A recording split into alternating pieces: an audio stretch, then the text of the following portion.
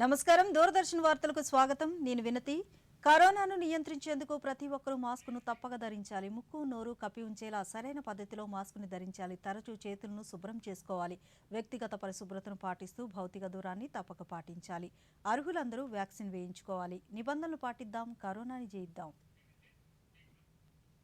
ఇప్పుడు ముఖ్యాంశాలు చూద్దాం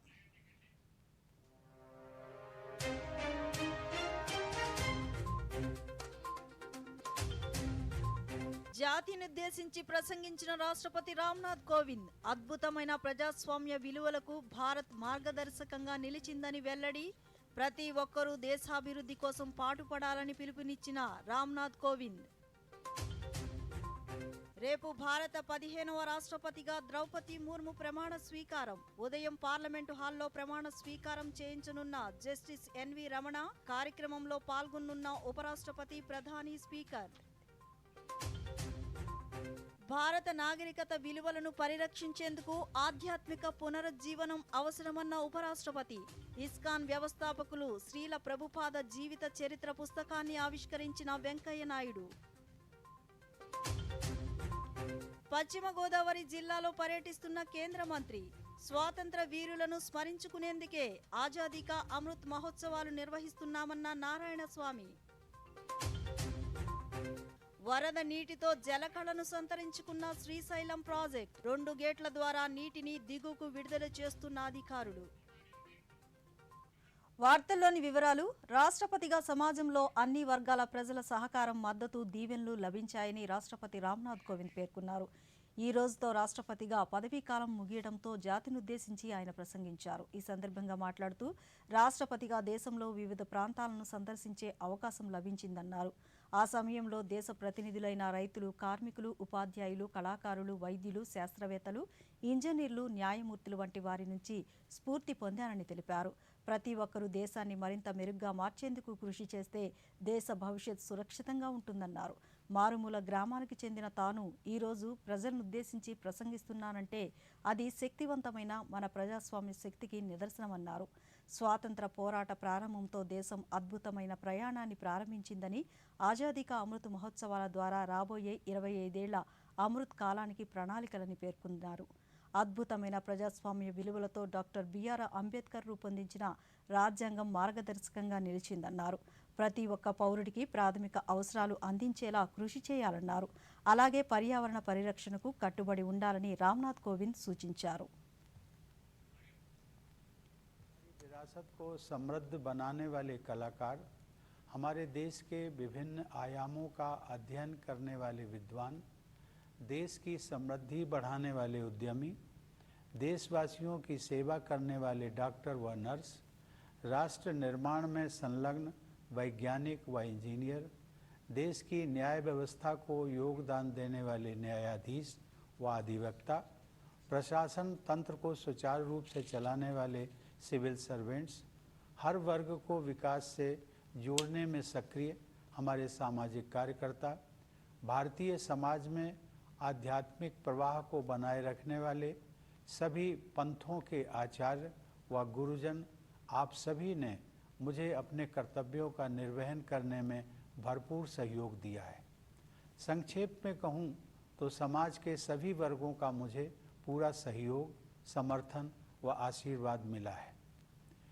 मेरे मनोमस्तिष्क में वे सभी क्षण विशेष रूप से अंकित रहेंगे जब मेरी मुलाकात अपनी सेनाओं अर्धसैनिक बलों तथा पुलिस के बहादुर जवानों से होती थी उन सभी में देश प्रेम की अद्भुत भावना देखने को मिलती है अपनी विदेश यात्राओं के दौरान जब भी प्रवासी भारतीयों के साथ मेरा मिलना हुआ हर बार मुझे मातृभूमि के प्रति उनके गहरे प्यार और अपनेपन का एहसास हुआ देश के सर्वोच्च नागरिक पुरस्कार समारोहों के दौरान मुझे अनेक असाधारण प्रतिभाओं से मिलने का अवसर मिला वे सभी पूरी लगन अटूट समर्पण और दृढ़ निष्ठा के साथ एक बेहतर भारत के निर्माण में सक्रिय हैं इस प्रकार अनेक देशवासियों से मिलने के बाद मेरा यह विश्वास और भी दृढ़ हुआ कि हमारे निष्ठावान नागरिक ही वास्तविक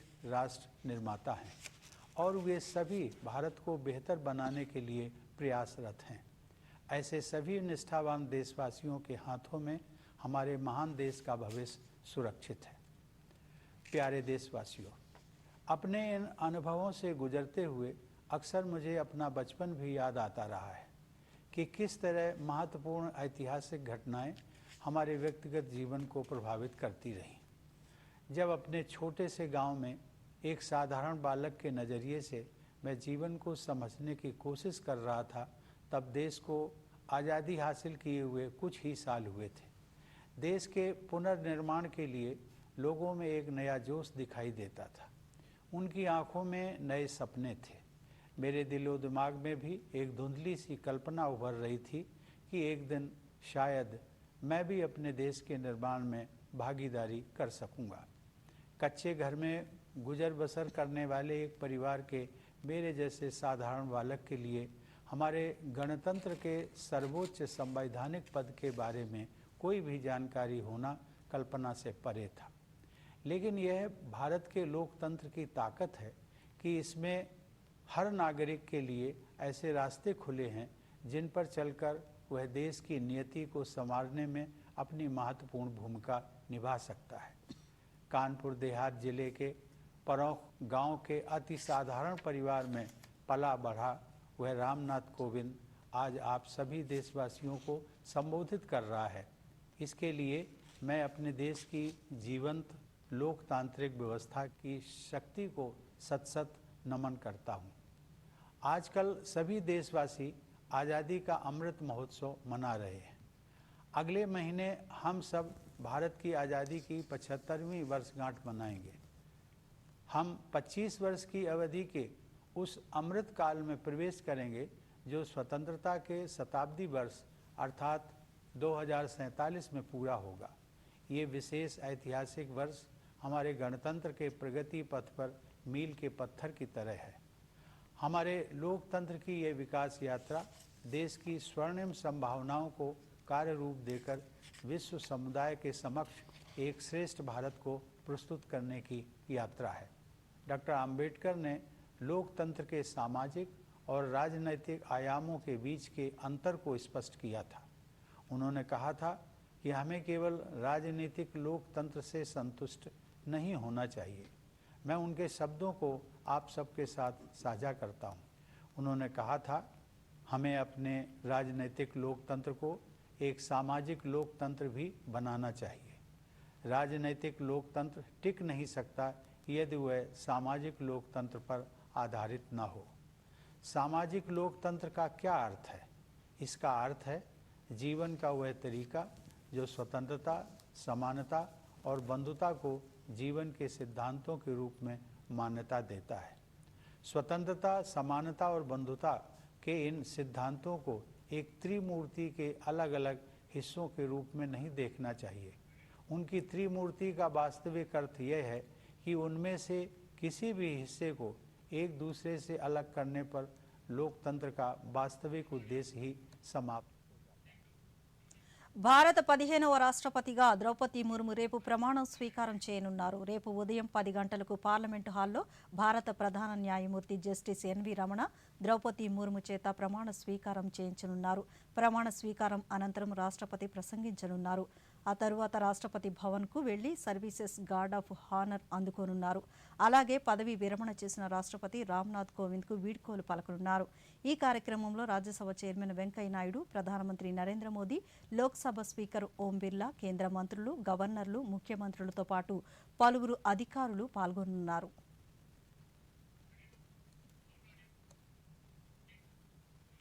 ఆధ్యాత్మికత భారతదేశపు ఆత్మని, అదే మన గొప్ప బలమని ఉపరాష్ట్రపతి వెంకయ్య నాయుడు పేర్కొన్నారు.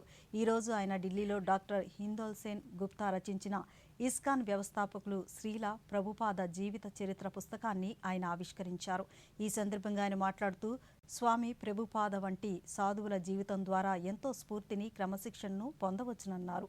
భారతదేశ సాంస్కృతిక వారసత్వం, ఆధ్యాత్మికతకు శ్రీల ప్రభుపాద ప్రతినిధిగా నిలిచారన్నారు. ఐక్యత, శాంతి, సామాజిక సామరస్యం వంటి విలువలు భారతీయ నాగరికతకు నిలువెత్తు నిదర్శనమని, ఈ ప్రాచీన విలువలను పరిరక్షించేందుకు, ప్రచారం చేసేందుకు ఆధ్యాత్మిక పునరుజ్జీవనం జరగాలని ఉపరాష్ట్రపతి పిలుపునిచ్చారు.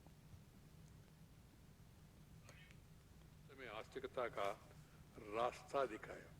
इस पुस्तक के माध्यम से पाठक श्री प्रभुपाद जी के दिखाए कृष्ण भक्ति मार्ग से परिचित होंगे और भक्ति भाव से उसका अनुसरण करेंगे। దేశంలో వివిధ ఇన్కమ్ ట్యాక్స్ కార్యాలయాలు ఆదాయ పన్ను దినోత్సవాన్ని ఈ రోజు నిర్వహించాయి. ఆదాయ పన్ను దినోత్సవం సందర్భంగా కేంద్ర ఆర్థిక మంత్రి నిర్మలా సీతారామన్ ఆర్థిక రంగంలో వివిధ సంస్కరణలు అమలు చేస్తున్నందుకు ఆదాయ పన్ను శాఖను అభినందించారు. దేశంలో ఆదాయ పన్ను మొట్టమొదట 1860వ సంవత్సరంలో అమలు చేశారు. ఇందుకు గుర్తుగా 2010 నుంచి ఆదాయ పన్ను దినోత్సవం నిర్వహిస్తున్నారు. ఈ కార్యక్రమంలో భాగంగా పన్నుల చెల్లింపును ప్రోత్సహించడానికి, పన్ను చెల్లింపుదారులకు అవగాహన కల్పించడానికి అనేక అవగాహన కార్యక్రమాలను ఆదాయ పన్ను శాఖ నిర్వహిస్తోంది.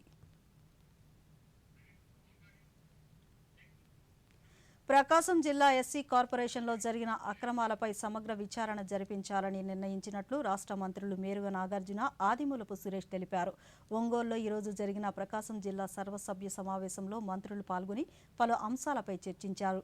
ప్రధానంగా ఎస్సీ కార్పొరేషన్లో జరుగుతున్న అక్రమాలపై సభ్యులు పలు అంశాలను సభ దృష్టికి తీసుకువచ్చారని మంత్రులు పేర్కొన్నారు. ఈ సందర్భంగా పురపాలక శాఖ మంత్రి ఆదిమూలపు సురేష్ మాట్లాడుతూ ఎన్ఎస్ఎఫ్డిసి రుణ బకాయిలు వసూలు విషయంలో అక్రమాలు జరిగినట్టు తమ దృష్టికి వచ్చిందన్నారు. ఈ అక్రమాలపై సమగ్ర విచారణ జరిపించి బాధ్యులపై కఠిన చర్యలు తీసుకుంటామని తెలిపారు. మరో మంత్రి మేరుగ నాగార్జున మాట్లాడుతూ గత ప్రభుత్వ హయాంలో విదేశీ విద్యా పథకానికి సంబంధించి 820 మంది విద్యార్థులు ఎక్కడ చదివారో వివరాలు లేవన్నారు. ప్రపంచంలో అత్యున్నత విద్యా సంస్థలుగా గుర్తింపు పొందిన 200 సంస్థలు గుర్తించి వాటిలో విద్యను అభ్యసించే విధంగా పథకాన్ని అమలు చేస్తున్నామన్నారు. ఎవరైతే మనం ఇప్పుడు గౌరవ సభ్యులందరూ స్పష్టంగా ఒక ఉద్యోగి పేరు చెప్పడం జరిగిందో ఆ ఉద్యోగి కాదు, మరి ఆయన ఒకటే ఇంత పెద్ద స్కామ్ చేస్తారని చెప్పి అనుకోవడం లేదు. ఆయనతో పాటు ఇంకా ఎవరైనా ఏ స్థాయిలో ఉన్నటువంటి అధికారులు ఎవరైనా కూడా తప్పు చేశారని మాత్రం తెలిస్తే మాత్రం మరి వారి మీద ఖచ్చితంగా క్రిమినల్ కేసులు బుక్ చేయాలని చెప్పి గౌరవ ఇన్ఛార్జ్ మినిస్టర్ గారిని కోరుతా ఉన్నాం. విదేశాలకు వెళ్లకుండా కోర్సు చెప్పి కోర్సు వేరే చదువుతూ ఒక యూనివర్సిటీ చెప్పి ఇంకొక యూనివర్సిటీ చదువుతూ 820 మంది ఈరోజు ఇప్పటికే ఎంక్వైరీలో దొరికారు.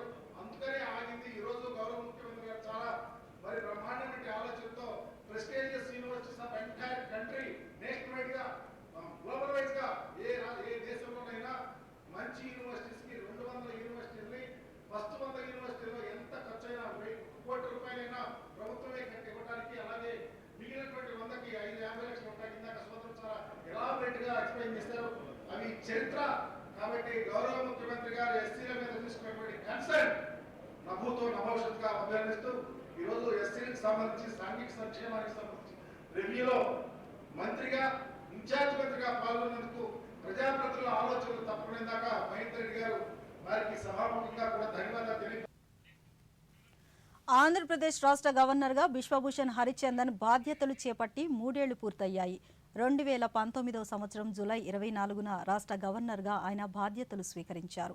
3 ఏళ్లు పూర్తయిన సందర్భంగా దూరదర్శన్ సప్తగిరి ఛానల్ ద్వారా రాష్ట్ర ప్రజలనుద్దేశించి మాట్లాడుతూ ఆంధ్రప్రదేశ్ ప్రజలు ప్రేమాభిమానాలు ఎంతగానో సంతృప్తినిచ్చాయని, ప్రజల ఆశీస్సులతో ఈ 3 ఏళ్ల ప్రయాణం గొప్పగా సాగిందన్నారు. ఇన్నాళ్లు తనకు అండగా నిలిచిన రాష్ట్ర ప్రజలకు, ప్రజాప్రతినిధులకు, ప్రజా సంఘాల సభ్యులకు ఆయన కృతజ్ఞతలు తెలిపారు. 1971లో భారత్ సాధించిన విజయానికి గుర్తుగా స్వర్ణిం విజయ్ వర్ష్ పేరిట నిర్వహించిన 50వ వేడుకల సందర్భంగా విజయవాడ రాజ్భవన్లో విక్టరీ జ్వాలను అందుకోవడం తనకెంతో మధురానుభూతినిచ్చిందన్నారు. ఆంధ్రప్రదేశ్ రాష్ట్రం నుంచి తమ ప్రతిభతో అంతర్జాతీయ వేదికలపై విజేతలుగా నిలిచిన క్రీడాకారులతో పాటు పద్మశ్రీ పురస్కారాలు దక్కించుకున్న వారిని సత్కరించడం సంతోషాన్ని ఇచ్చిందని గవర్నర్ తన ప్రసంగంలో పేర్కొన్నారు. For the ancient history and culture and heritage. The President's Split Tribute 2022 held in Visakhapatnam in the February this year was inaugurated by Honorable President Sri Ramnath Kovind ji and graced by First Lady Srimati Savita Kovind and Defence Minister Sri Rajnath Singh and other dignitaries. It was an historic and a proud moment for the state, as it was a spectacular event and it treat for the eye with as many as 60 ships and 55 helicopters, displaying the mighty power in mega event. The President's Fleet Review 2022 was followed by another landmark event, Milan 2022, held in March, in which India's Navy's largest multilateral exercise was held for the first time in Visakhapatnam for the people of Andhra Pradesh, that our Honorable Prime Minister Sri Narendra Modi ji has unveiled the 30-foot bronze statue of Mannam Virudu Sri Alluri Sitaram Raju at a program held recently in Bhimavaram, West Godavari district. It was a great privilege for me to participate in the program to honor the great revolutionary freedom fighter Sri Alluri Sitaram Raju, which held dear to their heart by the people of the state and whose name still reverberates and around the Mannam.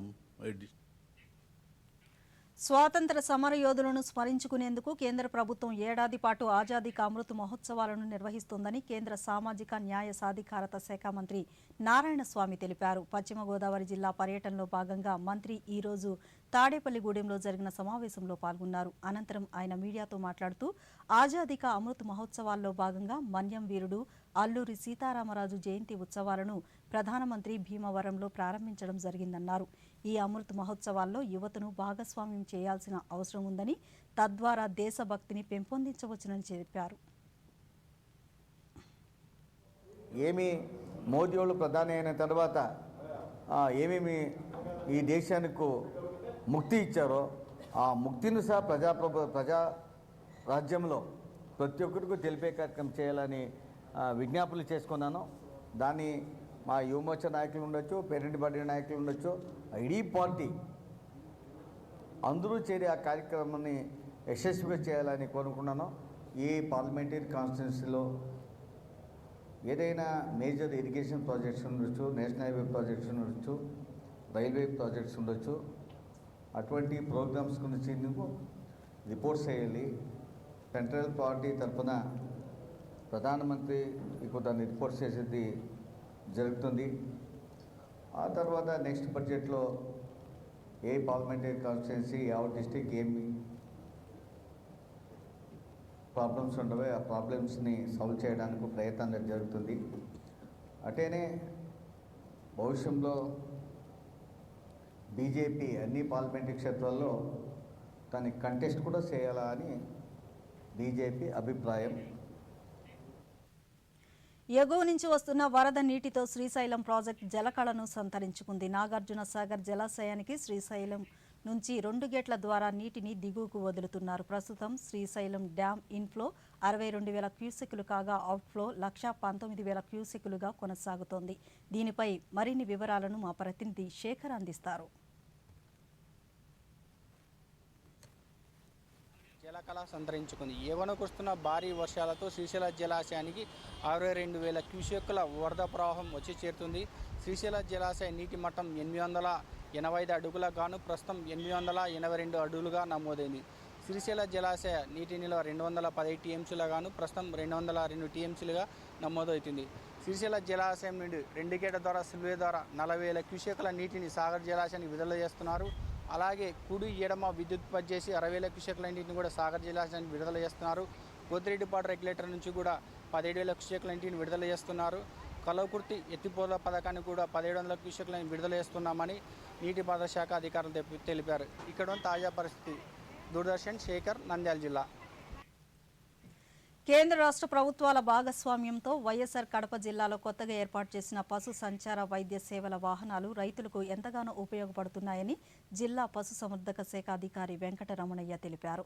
జిల్లాలోని 7 నియోజకవర్గాలకు 7 వాహనాలు అందుబాటులో ఉన్నాయని వీటి ద్వారా పశువుల వద్దకే వెళ్లి వైద్యం అందించే అవకాశం ఉంటుందన్నారు.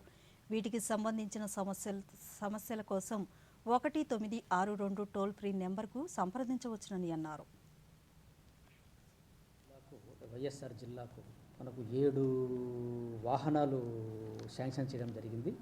110 కేసులు ట్రీట్ చేయడం జరిగింది ఈ పశు సంచార వైద్య రథాల ద్వారా వాహనాల ద్వారా. తర్వాత ఈ ఒక్కొక్క వాహనములో ఒక డాక్టర్ గారు ఉంటారు, ఒక పారా సిబ్బంది ఉంటారు, అంటే కాంపౌండర్ టైప్, ఒక అటెండరు కమ్ డ్రైవర్ ఒకరు ఉంటారు, మొత్తం 3 ఉంటారు.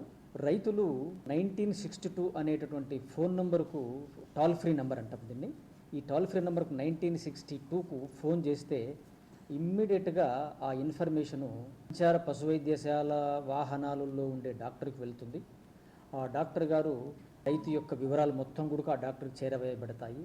ఆ డిసీజ్ యొక్క లక్షణాలు అవన్నీ ఈ డాక్టర్ గారికి తెలియచేయబడతాయి. డాక్టర్ గారు వెంటనే ఆ రైతు అడ్రస్కు వెళ్ళి అక్కడ ఆ కేసులను ట్రీట్ చేయడం జరుగుతుంది. చిత్తూరు జిల్లా పూతలపట్టు కొత్తకోట బ్రిడ్జ్ వద్ద రోడ్డు ప్రమాదం జరిగింది. ఈ ప్రమాదంలో 3 వ్యక్తులు మృతి చెందారని చిత్తూరు డీఎస్పీ సుధాకర్ రెడ్డి తెలిపారు. ఘటనా స్థలిని పరిశీలించిన అనంతరం ఆయన మాట్లాడుతూ ప్రమాదంలో 3 మృతి చెందగా మరో 2 తీవ్రంగా గాయపడ్డారని తెలిపారు. వీరంతా కర్ణాటక పోలీస్ శాఖకు చెందిన వారుగా గుర్తించామని, వీరంతా చిత్తూరు నుంచి తిరుపతికి కేసు దర్యాప్తు కోసం వెళుతుండగా ఈ ప్రమాదం జరిగిందని డీఎస్పీ వివరించారు. 4:45 ఆ మధ్యలో యాక్సిడెంట్ కావడం జరిగింది. ఈ యాక్సిడెంట్లో కర్ణాటకకు సంబంధించిన ఒక ఎస్ఐ, కానిస్టేబుల్, ఒక డ్రైవర్ చనిపోవడమైంది. ఈ వెహికల్ చిత్తూరు నుంచి తిరుపతి వైపు వెళ్తూ ఒక స్పీడు ఎక్కువగా ఉన్నందువలన ఒక కరెంటు అంటే అండర్ బ్రిడ్జ్ దగ్గర ఉండే ఒక ఐరన్ దిమ్మెను కొట్టుకొని దాని నుంచి టర్టైల్ అయ్యి పక్క రోడ్లో పెట్టడం జరిగింది. దీంట్లో ఒక 3 చనిపోవడం జరిగింది, ఒక 2కి ఇంజరీస్ ఉన్నట్టుగా తెలుస్తుంది. దీన్ని పూర్తి దర్యాప్తు చేసి దాంట్లో యాక్సిడెంట్ కారణాలను తెలుసుకోవచ్చు. దేశంలో మరో మంకీపాక్స్ కేసు నమోదైంది. ఢిల్లీకి చెందిన 34 ఏళ్ల వ్యక్తికి అనుమానిత కేసుగా లోక్ నాయక్ ఆసుపత్రిలో చికిత్స పొందుతున్న అతనికి మంకీపాక్స్ సోకినట్లు పూణేలోని నేషనల్ ఇన్స్టిట్యూట్ ఆఫ్ వైరాలజీ నిర్ధారించిందని కేంద్ర ఆరోగ్య శాఖ తెలిపింది. అతడు ఎటువంటి విదేశీ ప్రయాణాలు చేయలేదని తేలింది. జ్వరం, శరీరంపై పొక్కులు రావడంతో బాధితుడు డాక్టర్లను సంప్రదించగా ప్రస్తుతం అతనికి చికిత్స అందిస్తున్నామని పేర్కొంది. కాగా కేరళకు చెందిన 3కి మంకీపాక్స్ సోకగా దీంతో ఇప్పటివరకు దేశవ్యాప్తంగా మంకీపాక్స్ కేసుల సంఖ్య 4కు చేరింది.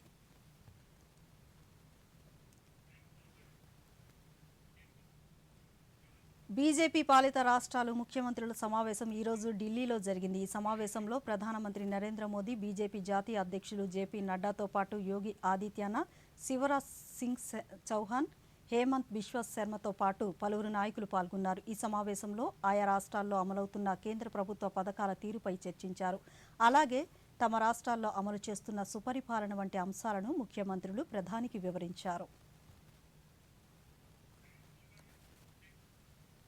దేశం కోసం అనేక మంది ప్రాణత్యాగం చేశారని, వారి త్యాగానికి నివాళి అర్పించేందుకు ఇదే సరైన సందర్భమని రక్షణ శాఖ మంత్రి రాజ్నాథ్ సింగ్ పేర్కొన్నారు. 1947 నుంచి విధి నిర్వహణలో ప్రాణాలు కోల్పోయిన భద్రతా సిబ్బంది కుటుంబాలను జమ్మూ కాశ్మీర్లో మంత్రి ఈరోజు సన్మానించారు. ఈ సందర్భంగా రాజ్నాథ్ సింగ్ మాట్లాడుతూ ఈ రోజు భారత్ ప్రపంచంలోనే బలమైన దేశాల్లో ఒకటిగా ఉందని, దేశ సరిహద్దులను ఉల్లంఘించే ధైర్యం ఎవరూ చేయలేరని తెలిపారు. 1962 చైనా యుద్ధంలో భారత్ ఎంతో వీరోచితంగా పోరాడిందని రాజ్నాథ్ సింగ్ ఈ సందర్భంగా పేర్కొన్నారు. मैं इस पर विचार करता हूं, सहज रूप से इस नतीजे पर पहुंचता हूं, राष्ट्रीय स्वाभिमान की भावना यह मनुष्य के हृदय की सबसे बलवती भावना होती है.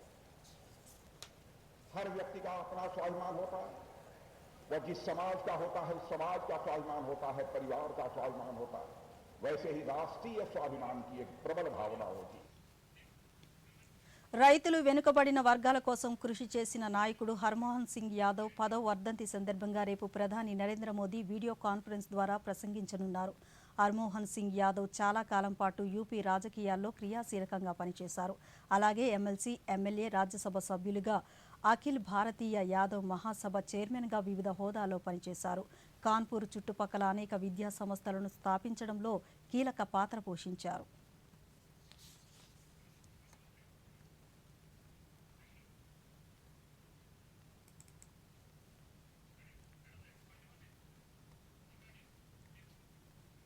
జాతీయ వార్తల సంక్షిప్త సమాహారాన్ని ఇప్పుడు చూద్దాం.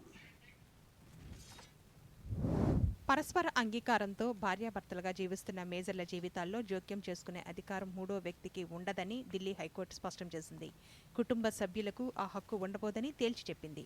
కుల మతాలకు అతీతంగా వివాహిత జంటలను రక్షించాల్సిన రాజ్యాంగబద్ధ బాధ్యత ప్రభుత్వంపై ఉందని పేర్కొంది. పెద్దల ఇష్టానికి విరుద్ధంగా వివాహం చేసుకున్న తమకు రక్షణ కల్పించాలంటూ ఒక జంట దాఖలు చేసిన పిటిషన్ను విచారించిన జస్టిస్ తుషార్ రావు ఈ మేరకు వ్యాఖ్యలు చేశారు. అరుణాచల్ ప్రదేశ్ చైనా సరిహద్దుల సమీపంలోని మారుమూల కురంగు కుమే జిల్లా నుంచి 3 వారాల క్రితం జాడ తెలియకుండా పోయిన అసోంకు చెందిన 19 మంది రోడ్డు నిర్మాణ కార్మికుల బృందంలో 7గురిని ఇండియన్ ఎయిర్ ఫోర్స్ కాపాడింది. ఐఏఎస్ హెలికాప్టర్లో వీరిని సురక్షితంగా వెనక్కి తెచ్చారు. పురి సమీపంలోని దామన్ వద్ద వీరి జాడ తెలుసుకొని కాపాడినట్లు డామన్ సర్కిల్కు చెందిన బోర్డర్ రోడ్స్ ఆర్గనైజేషన్ తెలిపింది. కేంద్ర ప్రభుత్వం ప్రకటించిన అగ్నిపథ్ పథకం కింద భారత నావికా దళంలో రిక్రూట్మెంట్ కోసం ఇంతవరకు 3 లక్షల మందికి పైగా దరఖాస్తులు చేసుకున్నట్లు అధికారులు తెలిపారు. వీరిలో 20,499 మంది మహిళలు ఉన్నారు. జూలై 1 నుంచి త్రివిధ దళాల్లో రిక్రూట్మెంట్ ప్రక్రియ ప్రారంభమైంది. మహారాష్ట్రలో రాజకీయ పరిణామాలు ఆసక్తికరంగా మారుతున్నాయి. శివసేనలో 2 వర్గాల మధ్య పార్టీ గుర్తు కోసం జరుగుతున్న పోరుపై ఎన్నికల సంఘం దృష్టి సారించింది. ఈ మేరకు పార్టీ గుర్తు విల్లు, బాణం తమదేనని నిరూపించే పత్రాలను ఆగస్టు 8వ తేదీలోగా తమకు సమర్పించాలని ఉద్దవ్ ఠాక్రే, ఏక్నాథ్ సిండే వర్గాలకు ఈసీ నిర్దేశించింది. పార్టీకి సంబంధించిన శాసనసభ, వ్యవస్థాపక విభాగాల నుంచి లేఖలు, లిఖితపూర్వక ప్రకటనలతో సహా ఆధారంగా నిలిచే పత్రాలను అందజేయాల్సిందిగా 2 వర్గాలకు తెలిపినట్లు ఈసీ వర్గాలు వెల్లడించాయి. నీట్ పీజీ కౌన్సిలింగ్ సెప్టెంబర్ 1వ తేదీ నుంచి ప్రారంభం కానున్నట్లు అధికారులు వెల్లడించారు. మెడికల్ కౌన్సిలింగ్ కమిటీ ఆన్లైన్ పద్ధతిలో కౌన్సిలింగ్ నిర్వహిస్తుందని తెలిపారు. కోవిడ్ కారణంగా పరీక్షను మే 21న ఎంట్రన్స్గా నిర్వహించగా జూన్ 1న ఫలితాలు విడుదలయ్యాయి. కాగా 2021 విద్యా సంవత్సరానికి సంబంధించి నీట్ కౌన్సిలింగ్లో 748 సీట్లు భర్తీ కాలేదు. వీటిని భర్తీ చేయడానికి స్పెషల్ రౌండ్ కౌన్సిలింగ్ నిర్వహించాలని అధికారులు నిర్ణయించారు. రుతుపవన ద్రోణి ఒడిశా, ఛత్తీస్గఢ్ పరిసరాల్లో కొనసాగుతుండటంతో రుతుపవనాలు చురుగ్గా కదులుతున్నాయి. వీటి ప్రభావంతో రానున్న 24 గంటల్లో కోస్తాలో పలుచోట్ల, రాయలసీమలో అక్కడక్కడ వర్షాలు కురుస్తాయని అమరావతిలోని వాతావరణ కేంద్రం తెలిపింది. అలాగే రానున్న 2-3 రోజుల్లో ఎక్కువగా వర్షాలు కురిసే అవకాశం ఉందని వాతావరణ శాఖ అధికారులు తెలిపారు.